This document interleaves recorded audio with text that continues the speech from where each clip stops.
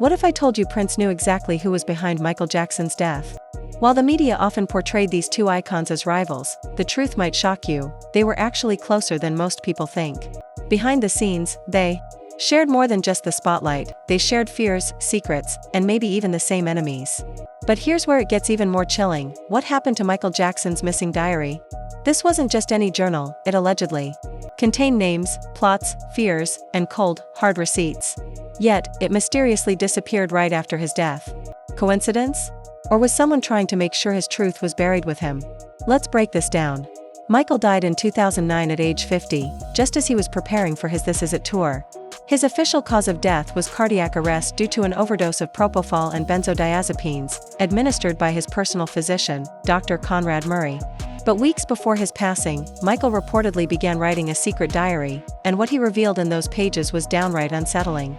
In the diary, Michael expressed his desire to be immortalized, not just as a musician, but as a big-screen legend. He dreamed of Broadway shows based on his life and envisioned himself as the first multi-billionaire entertainer, actor, and director.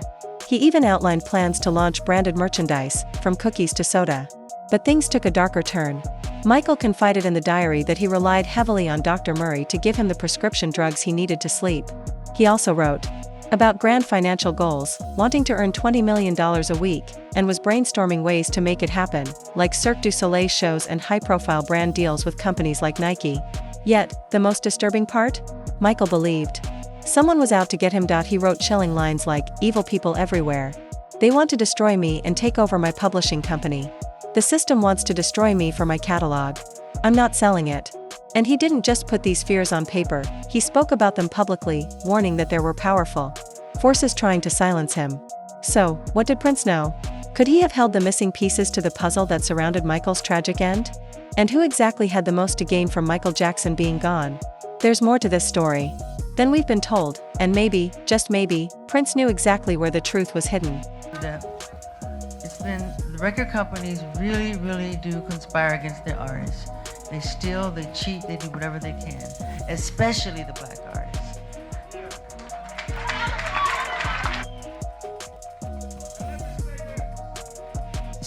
Tommy Mottola is the president of the record division. He is he's a racist, and he's very devilish.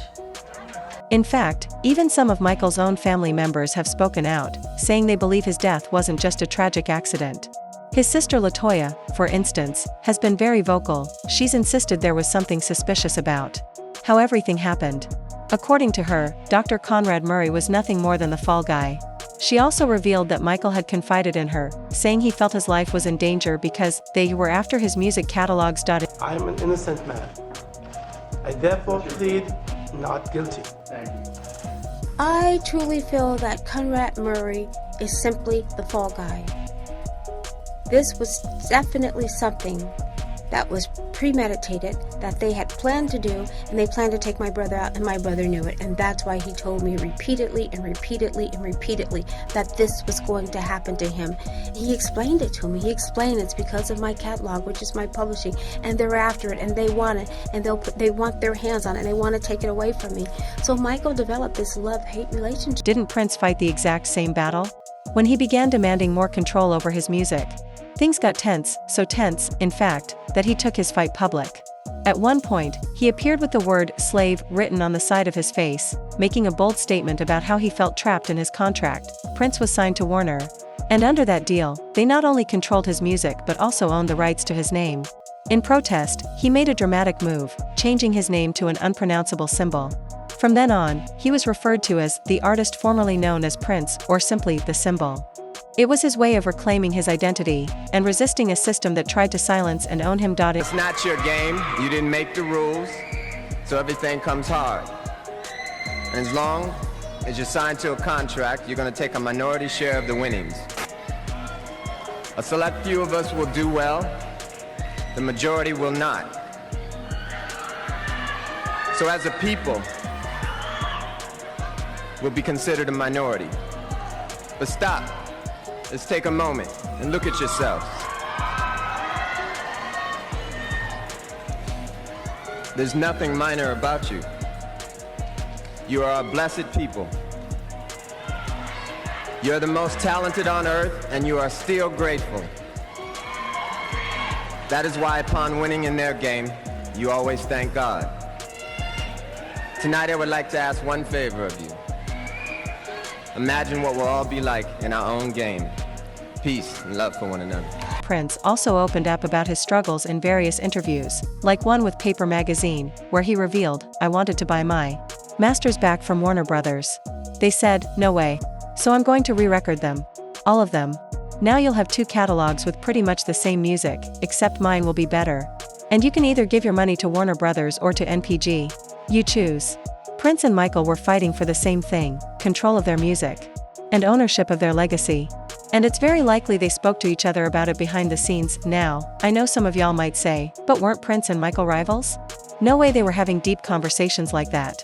And honestly, I get where that comes from. Their so-called feud has been well documented. Take 1985, for example, when Michael invited Prince to be part of the We Are the World charity single, Prince famously declined. Then in 1987, MJ wanted Prince to duet with him on Bad and even appear in the video. Prince turned that down too, and the role ended up going to Wesley Snipes. So sure, the rivalry was real on the surface, but when you dig deeper, you'll see they were likely fighting the same battles, and maybe even facing the same enemies. You know, that Wesley Snipes character, that would have been me. All right, now you run that video in your mind. The first line of that song is "Your butt is mine." Your butt is mine. Now I said, who's gonna sing that to whom? Cause you sure ain't singing it to me. And I sure ain't singing it to you. So, right there we got a problem. There was also a time when Michael Jackson spoke candidly about his feelings toward Prince during an interview for his 1988 Moonwalk memoir. He admitted he didn't like the way Prince treated him. Michael said, "I have proven myself since I was real little. He feels like he's my opponent. I hope he changes, because boy, he's going to get hurt. He's the type that might unalive himself or something." He didn't stop there. Michael also described Prince as one of the rudest people I have ever met, and claimed he was very mean and nasty to the Jackson family. According to MJ, Prince was extremely competitive and didn't hold back, even with his relatives. One strange incident that highlighted their tension was recalled by former sound engineer David Z. He said there was a time when Michael visited Prince at a studio in Los Angeles. What started as a casual meeting quickly turned into a competitive game of ping pong. Prince reportedly mocked Michael during the match, saying things like, "Come on Michael, get into it," and even asked him, "You want me to slam it?" According to David, Michael ended up dropping his paddle and shielding his face with his hands, clearly uncomfortable. When he walked out with his bodyguard, Prince strutted around like a rooster and joked, "Did you see that? He played like Helen Keller." Another story came from Esquire contributing editor Steve Knopper, who recalled a moment shared by will.i.am, frontman of the Black Eyed Peas. Around 2006, when Prince was doing a Las Vegas residency, Michael was also living in Vegas. will.i.am arranged for Michael to attend Prince's show as a guest in the audience. While it wasn't publicly known, Prince definitely knew Michael was there. At one point during the performance, Prince walked into the crowd playing an aggressive slap bass solo, and went straight to where Michael was sitting. He played the bass right in MJ's face. The next morning, will.i.am had breakfast with Michael, and MJ asked him, "Will, why do you think Prince was playing bass in my face?" Michael was clearly upset and reportedly said things like, "Prince has always been a meanie. He's just a big meanie. He's never been nice to me. Everyone says Prince is this legendary Renaissance man, and I'm just a song and dance man. But I wrote Billie Jean, and I wrote We Are the World. I'm a songwriter too." As for where the tension began, many trace it back to 1983. James Brown invited Michael Jackson to perform with him on stage, and Prince was also in the building. Michael, already a global superstar thanks to Thriller, had just blown the crowd away with his signature moves. Then he encouraged James Brown to bring Prince up on stage, but Prince's performance was awkward. He played guitar that wasn't quite in sync with the energy, then took his shirt off, and at one point even mistook a stage prop for something else and accidentally fell into the audience. It was, by most accounts, one of the most embarrassing moments of Prince's life, and he reportedly believed that Michael had set him up. Quincy Jones later said in an interview that Prince was so humiliated, he waited in Michael's limo afterward, apparently intending to confront him. MJ, aware of the tension, never went near the vehicle. Yes, publicly, it looked like the two never saw eye to eye. But behind the scenes? The story is very different. Despite the media painting them as enemies, Michael and Prince were actually fighting the same battles, especially over ownership of their music and control over their careers. And based on multiple reports, they leaned on each other privately. In fact, Prince's former bodyguards have confirmed that the two maintained a quiet friendship, away from the cameras and media frenzy. Michael had reportedly visited Prince's Paisley Park estate several times, and the two would hang out backstage at each other's shows. One report even claims that MJ played Prince the final version of his Dangerous album in Prince's private studio before its release. Prince apparently said he loved it. Turns out they were just two legends who, despite their public personas and industry rivalry, connected over shared struggles. They laughed, played games, and talked like regular friends.